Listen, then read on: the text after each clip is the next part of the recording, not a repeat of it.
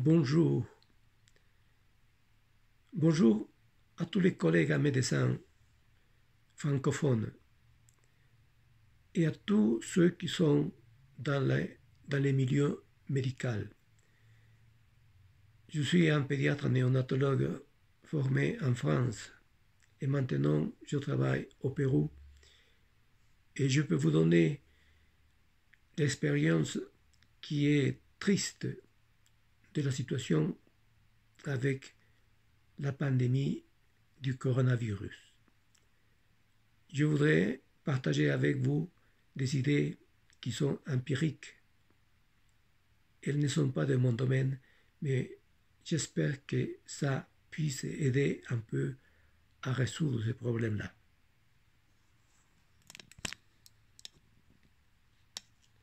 Nous connaissons les virus et c'est peut-être un peu osé dire de faire une analyse empirique dans les temps modernes, dans les temps où il y a la biologie moléculaire, l'ingénierie génétique, où il y a plus d'une centaine de centres mondiaux où on fait la recherche pour la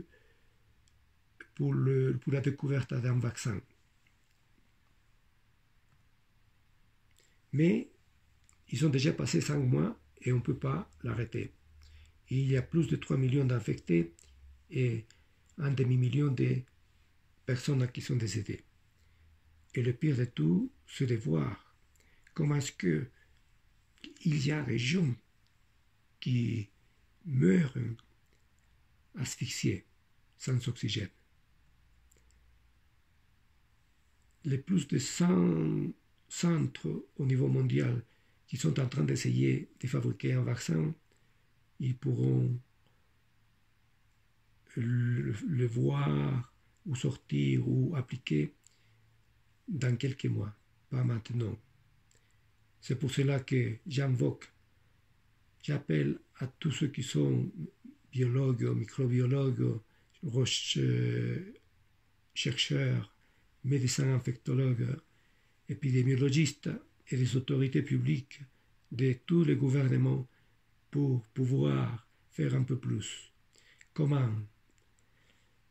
Il faut essayer de trouver, de fabriquer anticorps dans tout ou de faire fabriquer des anticorps à toutes les personnes dans le monde. On peut l'appeler comme vous voulez, immunisation, vaccination, sensibilisation ou simplement avoir recours à une manière simple pour faire face au virus. C'est quelque chose d'impossible, c'est osé, c'est la folie. Il ne faut pas penser à tout cela, ça ne vaut pas la peine, je suis fou. Je ne pense pas. Pourquoi penser qu'on peut proposer tout cela? Parce que ce virus, en général, simplement peut rentrer à l'organisme par la voie du nez et de la bouche. On peut le stopper à cet endroit-là. Nous n'avons pas encore un vaccin parce que ça met trop longtemps. Ça sera disponible que dans quelques mois. Mais nous pouvons essayer à nous adapter de petit à petit à l'entrée des virus pratiquement d'une façon graduelle, un petit peu après une augmentation et après une dose que nous on appelle dose de charge qui puisse être compatible et supportée par le malade ou par la personne qui va être vaccinée. Pourquoi penser que c'est possible de faire tout cela? Comme on a dit, les virus simplement peuvent rentrer par la voie respiratoire haute. Il n'est pas très agressif dans des personnes qui sont en principe saine. Nous avons déjà l'expérience de 5 mois où on peut voir des gens qui se sont récupérés, qui ont été en contact avec le virus, qui sont asymptomatiques et qui ne sont pas malades et qui ont fabriqué des anticorps. Maintenant, on ne sait pas si ces personnes-là se sont immunisées parce qu'ils ont été en contact avec des gens qui avaient des virus atténués, qui avaient des virus inactivés ou d'une autre façon. Dans tous les pays où on peut avoir le minimum de matériel pour identifier les virus, la microscopie électronique, les appareils pour pouvoir doser la charge virale, et surtout dans des pays développés qui ont le pouvoir de fabriquer plusieurs sortes de vaccins, la chose il est encore plus facile. Alors comment on peut nous adapter, comment pouvons-nous nous adapter au virus? En théorie, il y a des gens qui ont été en contact avec des virus de façon naturelle et qui se sont immunisés sans piqûre, sans vaccin vendu dans les pharmacies. C'est pour cela que nous devons faire une recherche des malades asymptomatiques ou guéris qui ont encore une charge virale pour la quantifier. Ceux-là, ils sont déjà en principe vaccinés parce qu'ils sont déjà des anticorps. Nous pouvons prendre une partie de sécrétion pour déterminer la charge virale dans ces patients-là qui sont asymptomatiques et saines. Et cette charge virale, ça serait la mesure ou le paramètre pour pouvoir après administrer une dose de stimulation d'anticorps. Comment nous pouvons éviter le contact avec les virus létals ou avoir une évolution mortelle? La charge virale, apparemment, c'est quelque chose de très important. Nous avons ici au Pérou, dans une zone de la forêt qui est la pire des zones attaquées par ces virus. La charge virale est énorme et l'attention médicale n'est pas suffisante. Il y a déjà plus d'une dizaine de médecins qui ont été décédés dans ces circonstances. En principe, un médecin connaît les façons de se protéger. En principe, un médecin a une santé qui est à preuve de beaucoup de choses, mais nous, on peut dire que dans ces cas-là, la charge virale a joué en contre de nos collègues. Et comment faire pour que le contact avec les virus soit de façon gentille?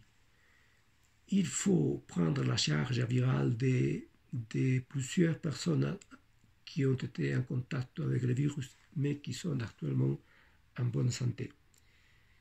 Et, comme on a dit, faire la quantification de cette charge virale. Après, c'est nécessaire de faire des dilutions de cette charge. Une fois qu'on a fait qu'on a prélevé la salive ou le produit qui contient les virus, nous pouvons quantifier la charge virale, après la diluer, après obtenir une charge virale qui soit comparable à celle des personnes qui sont saines, qui jamais ont montré la maladie. Une fois qu'on obtient cette charge virale, par exemple, de 50 copies par millilitre, on peut procéder à l'inactiver pour l'administration.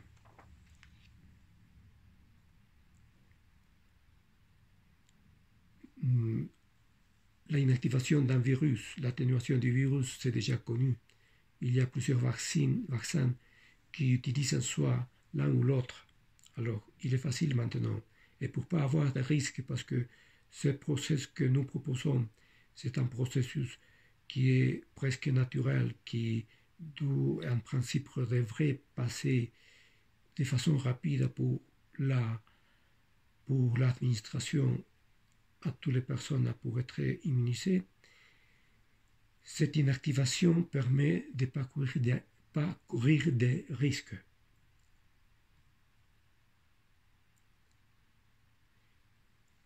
Mais, bien sûr qu'il est nécessaire que, avant d'administrer ces produits, la personne doit avoir les correspondants examens pour quantifier et pour savoir si c'est une personne qui est déjà contaminée ou pas, qui est positive ou pas dans sa sérologie, et quantifier ses anticorps s'il les a. Et tous les jours, tous les 24 heures, faire ce dosage jusqu'au moment où on administre la 3e dose, qu'en principe serait dans le 3e jour par voie orale, mais peut-être il faudrait dans d'autres personnes ou dans d'autres cas faire d'autres administrations de ces produits. Il sera suffisant de faire l'essai avec un certain nombre de volontaires.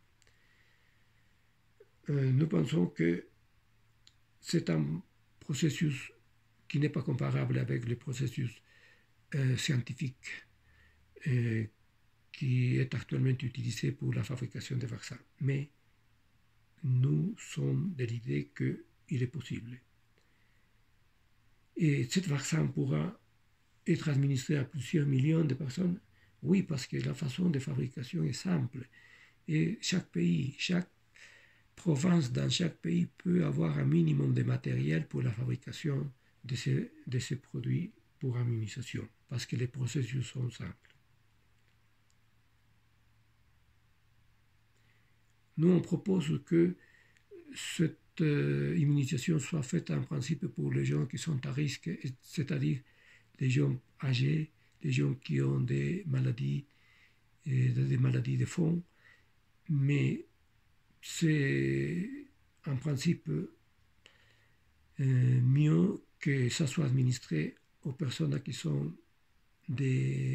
entre 18 et 55 ans, qui sont saines, qui sont fortes, qui sont en principe moins vulnérables à ce virus. C'est à voir cette question. Alors, qu'est-ce qu'on peut dire qu'est-ce qu'on peut dire sur ce sujet, sur cette proposition que je fais actuellement? Je suis pédiatre néonatologue, je n'ai pas de spécialité en immunologie. Pourtant, ce travail doit être fait par des gens qui sont spécialisés dans ces domaines. La bibliographie que je dispose, c'est une bibliographie basique. Il est nécessaire d'amplifier, d'avoir plus de données. Je ne suis pas un scientifique, un chercheur, alors je n'ai pas respecté les principes de la recherche. Mais pour cela, il y a des gens qui sont bien doués pour cela. Mais quelle chose positive on peut obtenir de cette suggestion? Cette idée ne va en contre de la recherche et la rigueur scientifique de tous les chercheurs qui sont en train de voir le vaccin. Il a une logique qui est basée en faits réels. Il n'y a pas de rigueur scientifique, mais il y a une série logique des idées. Il y a une volonté de simplifier les processus pendant que on fait les vaccins formels, disons. Je ne pense pas que je puisse choquer avec l'éthique, parce que les risques d'administrer ces produits, il est semblable au processus qui a expérimenté une personne qui, d'une façon méconnue, a été immunisée par d'autres personnes et qui n'est pas malade, qui n'a pas eu de symptômes et qui a fabriqué des anticorps dans son organisme. Le fait de travailler avec un virus inactivé élimine le risque de contagion par l'élimination des virus par la personne qui a reçu ce produit. Alors, derrière cette proposition, il existe le désir d'éviter la souffrance des millions de personnes, et surtout dans des pays comme le nôtre, qui sont des pays en voie de développement, qui sont des pays privés de beaucoup de choses. Merci pour son attention.